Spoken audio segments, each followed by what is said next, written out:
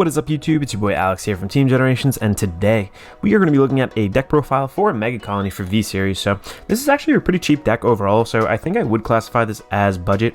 I think that for newer players who want a very control kind of play style with a little bit of multi-attack, this is a great entry point into the game. If you're a veteran player too, just have these cards laying around. I think there's actually a lot of things that you can do kind of with the Gredora, and its skill just inherently makes it pretty decent. Is this like a top tier absolute meta crusher? Probably not, but you can really take a lot of games off people that are not expecting it. A lot of people don't know how to play around this, and if you generate your resources and kind of play them out correctly, this deck can put up really nice numbers, just a really nice solid attack pattern. So I'm going to show you guys how to get off 5 attacks during your turn that are a little bit more juiced up than what we normally see in the original Gredora deck, and I think that, yeah, there's been just some advancements with this deck in general that warrant it kind of just being displayed in a profile. So thank you guys so much for tuning in, and let's get started. Alright, before we begin, I just want to thank you guys again so much. We are at over 500 subs. I really cannot believe it.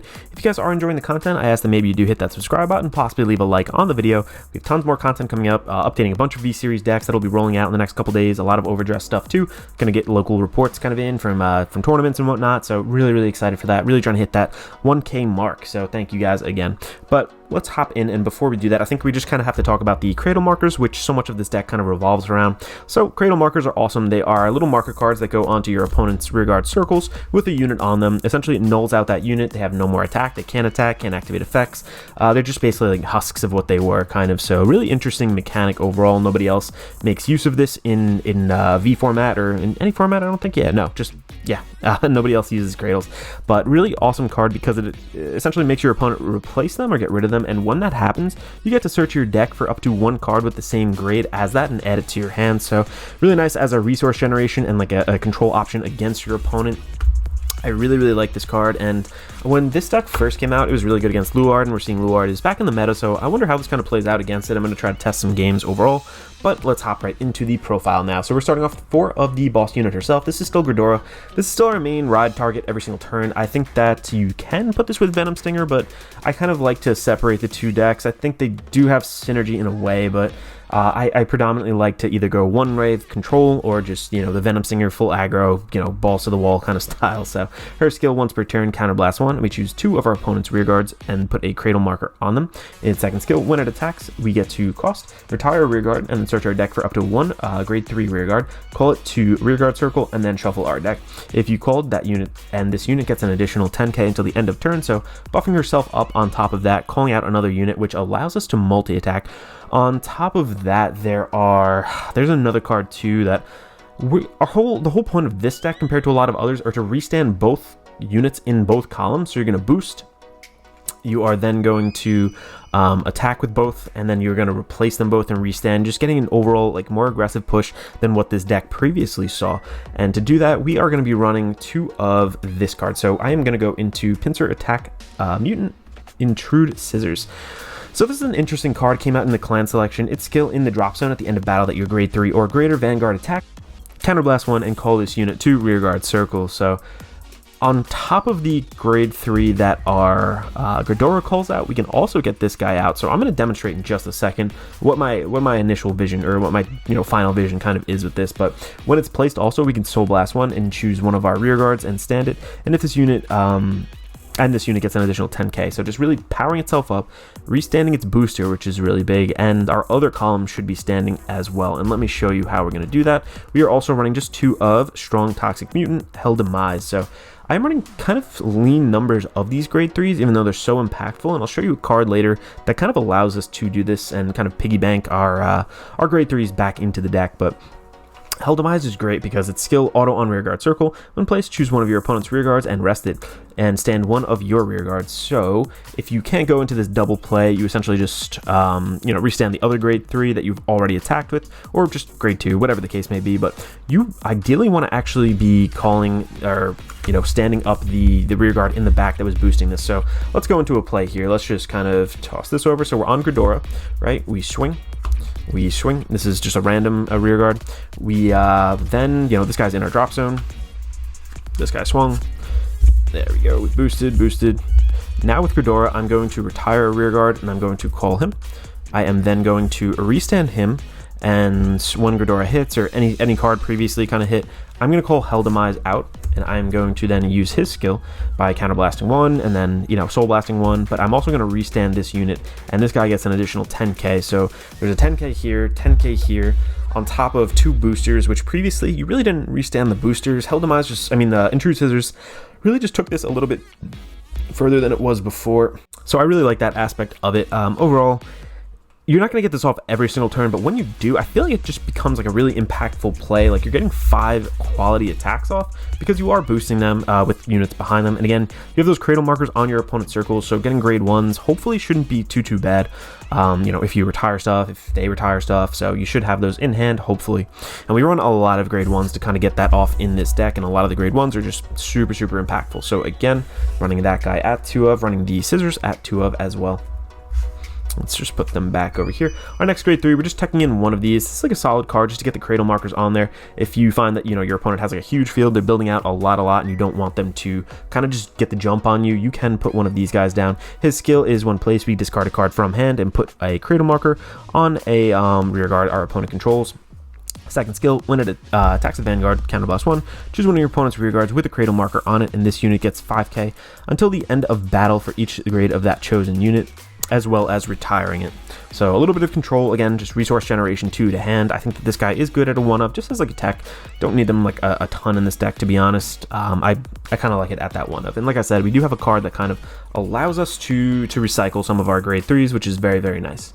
All right, moving into our grade 2s then, we are going to be looking at 4 of Melody Mutant, let's see if I can say this, Nell Nympha, I think that's how to say it. Anyway, its skill, this is really like a good target to be retired during our turn, and I'll show you why in just a second. Its skill continues on Van or rear during our turn. If our opponent has a rear guard with a cradle marker on it, it gets an additional 6k, so making like these odd numbers, you essentially have to guard out with more than a 5k if they're on grade 2 and they're on either Force or Protect markers, I believe, or Excel.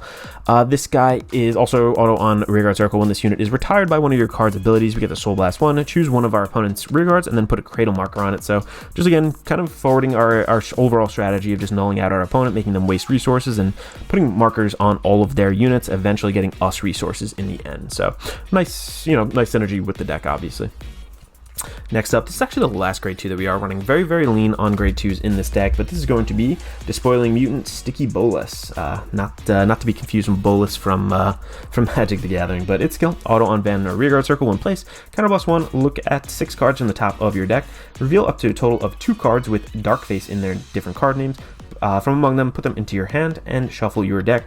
Its second skill, auto on rear guard circle. When it attacks, Soul Blast 1, and this unit gets an additional 6k until the end of battle for each of your opponent's rear guards with a cradle marker on it. If this guy's attack is 20,000 or greater, we get to draw a card. So again, just really nice because we are able to put those markers on our opponent's circles pretty easily. Drawing a card is nice as well. You don't feel bad retiring this too, and just adds to our general consistency. This card really helps us not have to run Machining Mantis or other cards to really dig a little bit deeper. So I feel like you always kind of hit this, you know, chance of you hitting one of 5 cards in the deck are decent enough where you shouldn't really be misriding. Moving right along, our next card, we are actually going to be looking at grade 1, so this is like a real MVP of the deck. This is going to be Mutant Gentleman High Class Moth. So this guy's skill continues in deck or soul. This is regarded as a grade 3, which is not as important for this strategy as it is for the, oh god, what is it, the Stinger, but it actually has a secondary effect, or its effect actually has a secondary purpose in this deck. I'll go over a little bit later, but its skill, act on rear guard circle. Rest this unit and put a normal unit from your drop zone on the bottom of your deck. We then get to countercharge 1. Choose one of your opponent's rear guards, and that unit cannot intercept during this turn. This ability may only be used with the card with the same name once per turn. So essentially, you want this behind Gredora because Gredora doesn't always need to be boosted. We want to be making sure that our other units are boosting properly and really just netting us that benefit of, you know, double restand within each column. So countercharging is big for us. Putting the grade 3s back in deck is really big for us, and going into the soul as a grade 3 is actually not a bad thing as well. Let's see, we are then going to be looking at 4 of this card. This card is actually pretty crazy. This is going to be Disturbance Mutant, God, how do you say this? Morsiro? I don't know. Anyway, its skill, act on rear guard circle, retire this unit. Choose one of your opponent's rear guards with the cradle marker, retire it. Call up to 1 card from your deck to rear guard circle with the same grade as that unit, and then shuffle your deck. This ability may only be used with the card of the same name once per turn. So again, just kind of retiring itself, which is like a neg from hand, but at the same time, putting a cradle marker on a unit, retiring a unit, calling out a card. So you essentially net 2 cards. You get to call one from your deck that's the same grade as that unit that you retired, and you get to Cradle Marker. So again, you're adding that card to hand, so it's not really a neg. It still is. You're going even off of, yeah, you're going even off of that. Kind of plus, actually, with the body to the field. So just a nice card. Just really works with the synergy of this deck, getting rid of your opponent's cards, netting you just a little bit of advantage with that extra body on board. So yeah, overall, very, very nice. We are then going to be looking at 3 of this card. I actually like this. Again, I'm a little heavy on grade 1s in this deck, but I think that equates to some extra shield value, and just in general, just a little bit extra boosting some of your grade 3 rear guards.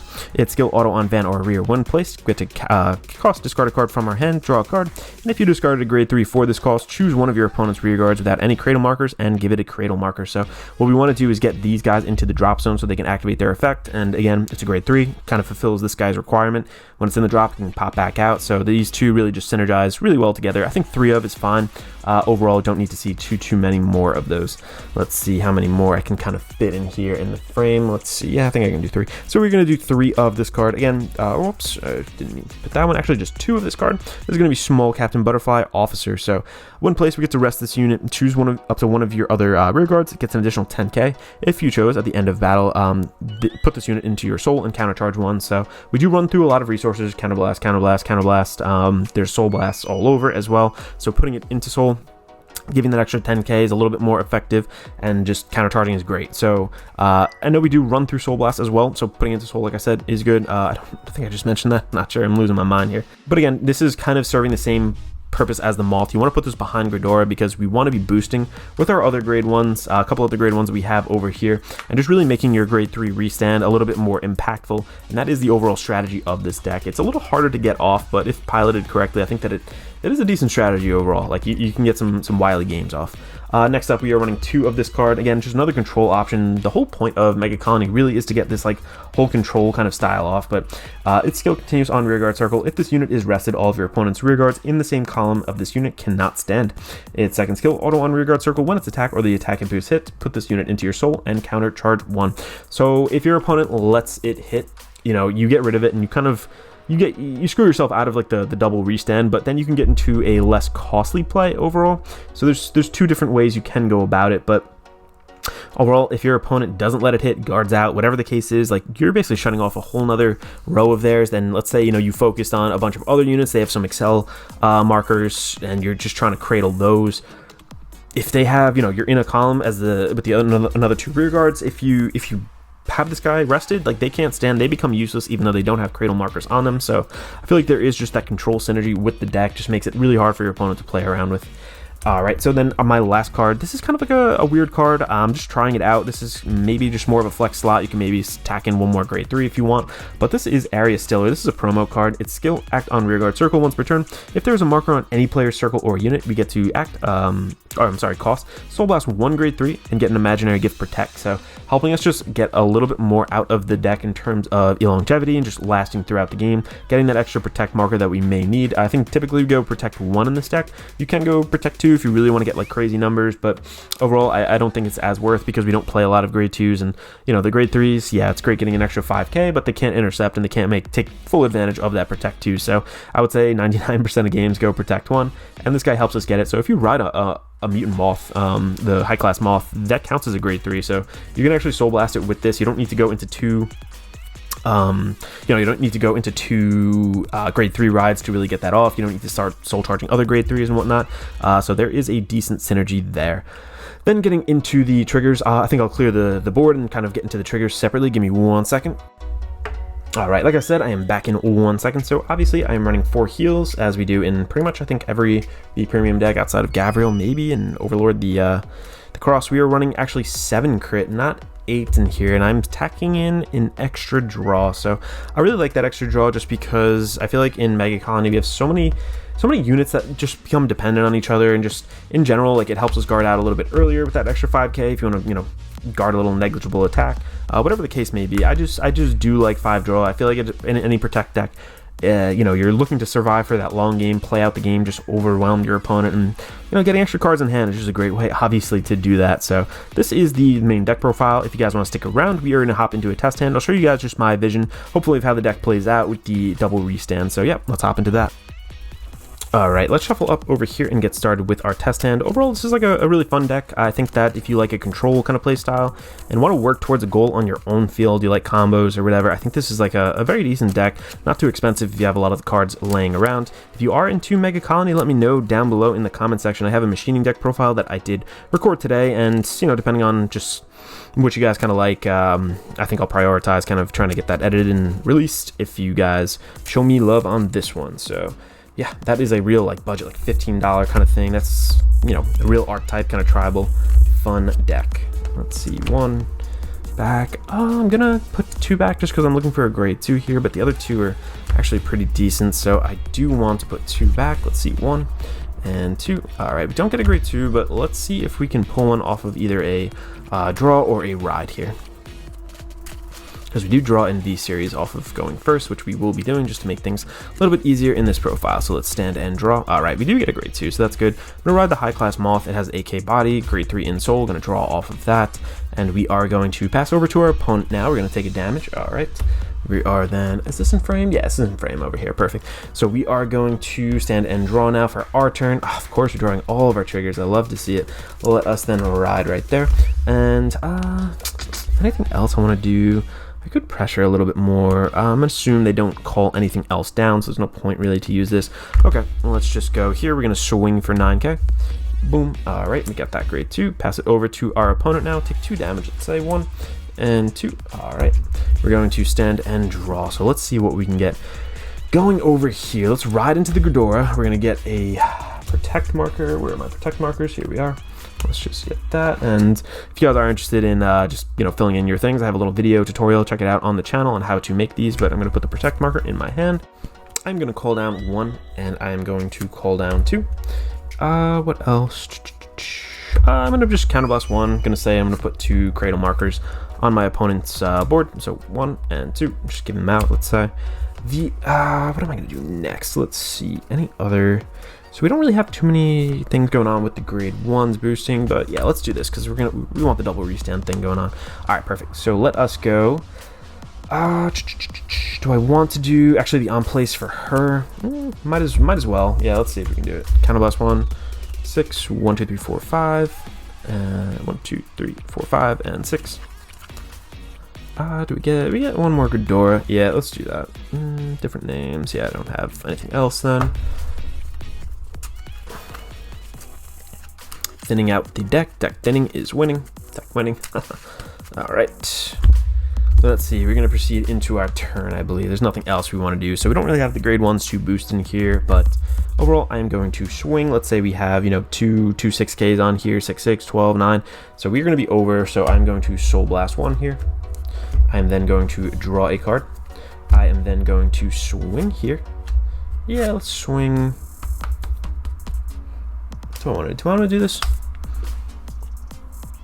I'm at a weird point here because I can retire this, restand that. I can also call out. You know what? Yeah, we are gonna do this. We're gonna swing here with both of these, and then anything else I want to do? Let's see. Let's say they don't let us hit because, you know, their rear guards in this column will be shut off. I'm then going to swing with her, and I'm going to use her skill, retire a rear guard here.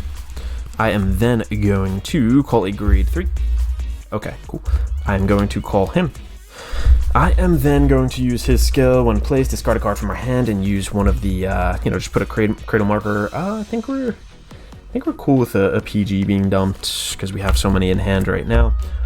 This is going to be restood off of the other guy, but let's first do that at the end of battle. Yeah, perfect. So let's go here.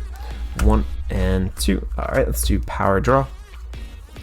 We are then, you know, saying that something went into our opponent's damage zone right there. I'm going to use his skill. Counterblast 1, call this card to rear guard circle, 1 place. We Soul Blast 1, choose one of our rear guards, stand it, and if we did, this guy gets an additional 10k. So going to be 10k here, plus the extra 10k from the trigger. So this is a 32k. This is going to be 22 plus 7. So overall, like, you're hitting a 29k number, which if they did hit a trigger, you know, you're still getting over it. So let's just swing there. Let's say they did let us hit. So this goes into soul then, get to recharge. We are then going to swing there, and yeah, we're kind of going to play out the game that way. Again, your goal really is to get the double restand off with the Hell Demise play, but sometimes it doesn't work out. But as you can see, like, we still had a pretty impactful turn. These are pretty decent numbers. She's going to be 22, 33, 27, 29, whatever this one was, with a lot of control options, and our opponent's field has 3 cradles on it right now. So you're in a pretty decent spot. 3 damage, you have tons of hand size right here. So overall, I think this deck definitely is decently viable at like a tier, maybe 2.5-ish kind of range. If you guys are looking for something fun, just a little bit different, maybe shake it up at your locals a bit, this is a really fun deck and very, very cheap overall. So thank you guys so much. If you guys have any questions down below, let me know. This is Alex from Team Generations signing out.